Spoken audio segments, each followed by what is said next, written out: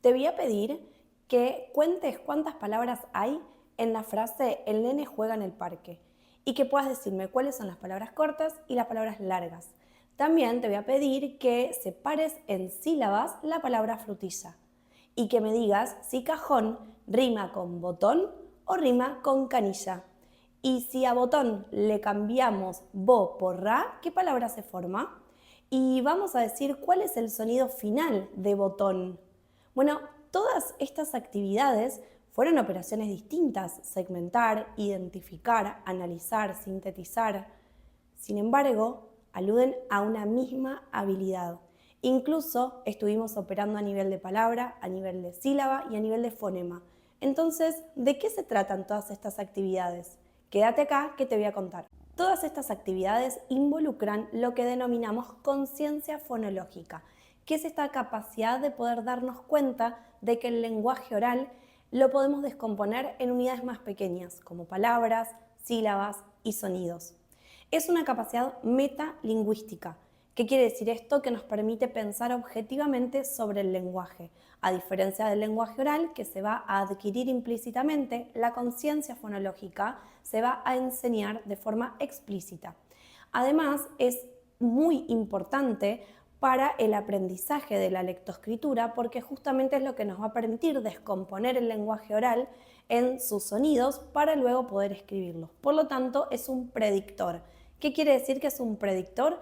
Que es una habilidad que va a aparecer antes de la lectura y de la escritura y que, junto con otros predictores como el conocimiento de las letras, el nivel de escritura, va a poder predecir el éxito futuro de la adquisición o del aprendizaje de la lectoescritura. Dijimos que la conciencia fonológica es lo que nos va a permitir descomponer el lenguaje oral, ¿sí?, para poder pensar en unidades más pequeñas, y que nos va a ser un predictor del lenguaje lectoescrito.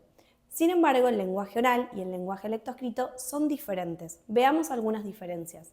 Mientras que el lenguaje oral se adquiere implícitamente por estar inmerso en un entorno que le habla al niño, el lenguaje escrito se aprende de forma explícita. Necesita una enseñanza sistemática y explícita de las reglas de conversión, grafema, fonema y de todos los principios alfabéticos. Para el lenguaje oral, el cerebro está preparado genéticamente para adquirirlo. ¿Qué quiere decir? Que va a haber zonas específicas que se van a encargar de la recepción del estímulo auditivo, de su comprensión y de la producción.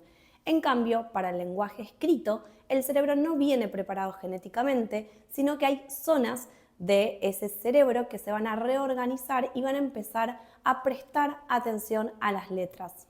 Por lo cual, la lectoescritura supone grandes cambios en el cerebro y la conciencia fonológica es un puente entre el lenguaje oral y el lenguaje escrito. ¿Se acuerdan de las actividades que hicimos al principio del newsletter? Bueno, ahí teníamos distintos componentes de la conciencia fonológica.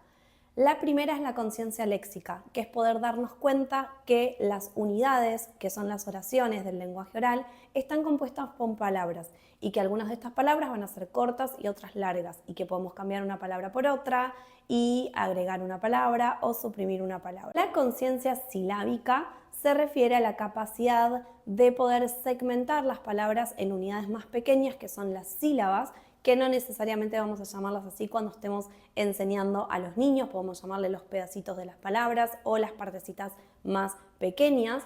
Y también la conciencia léxica nos va a permitir manipular estas sílabas, no solamente segmentarlas, sino identificar cuál es la sílaba inicial, la sílaba medial, la sílaba final, cambiar una sílaba por otra o suprimir, por ejemplo, en raqueta la sílaba que para formar una nueva palabra, rata.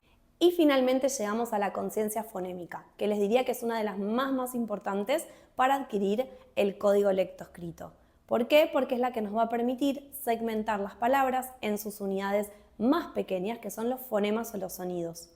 Nos va a permitir también identificarlos, segmentarlos y manipularlos. El desarrollo de la conciencia fonológica va desde los aspectos más globales y con más saliencia hacia los más pequeños y los más ocultos, es decir, desde la conciencia léxica hacia la conciencia fonémica, aunque hay un cierto grado de solapamiento en cada uno de ellos. Como estuvimos viendo, hay distintas operaciones que se pueden hacer a partir de la conciencia fonológica. segmentar, identificar, manipular, es decir, agregar, omitir o cambiar un sonido o una sílaba por otra. ¿Qué sucede con nuestros pacientes con trastornos del desarrollo del lenguaje o trastornos de los sonidos del habla? ¿Todos tendrán dificultades de la lectura y de la escritura? Bueno, esto no lo sabemos a ciencia cierta. La realidad es que el trastorno del desarrollo del lenguaje y los trastornos de los sonidos del habla pueden constituir un riesgo para la adquisición de la lectoescritura, pero la realidad es que conciencia fonológica no es lo mismo que fonología. Ya vimos que fonología se adquiere implícitamente porque el niño está inmerso en ese entorno que le habla y va adquiriendo los rasgos de los sonidos, mientras que la conciencia fonológica se enseña y de forma explícita. Entonces no son lo mismo, por lo cual no necesariamente van a tener dificultades nuestros niños con TCH en conciencia fonológica, pero sí supone un riesgo y deberíamos evaluarlo. ¿Qué pasa con nuestros niños con trastorno del desarrollo del lenguaje? Bueno, la realidad es que no sabemos si tienen afectado o no la conciencia fonológica, por lo cual deberíamos evaluarlo, pero la realidad es que como tienen dificultades para comprender el lenguaje oral, esas dificultades también se van a trasladar al plano de la lectura.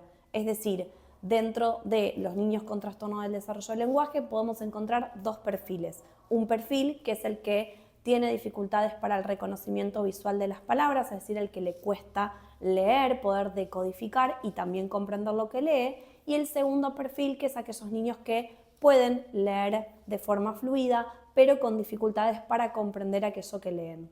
Para evaluar conciencia fonológica podemos elaborar una pauta informal en donde podamos observar cómo se va desarrollando la conciencia fonológica según lo esperado para cada nivel o para cada sala. Además, no debemos olvidar de los otros predictores de la lectoescritura, como el nivel de escritura, el reconocimiento rápido de palabras, el conocimiento de las letras, entre otros. Contamos en el mercado con distintas baterías para poder evaluar conciencia fonológica. Por ejemplo, el PRELEC, que es la evaluación de los precursores de la lectura.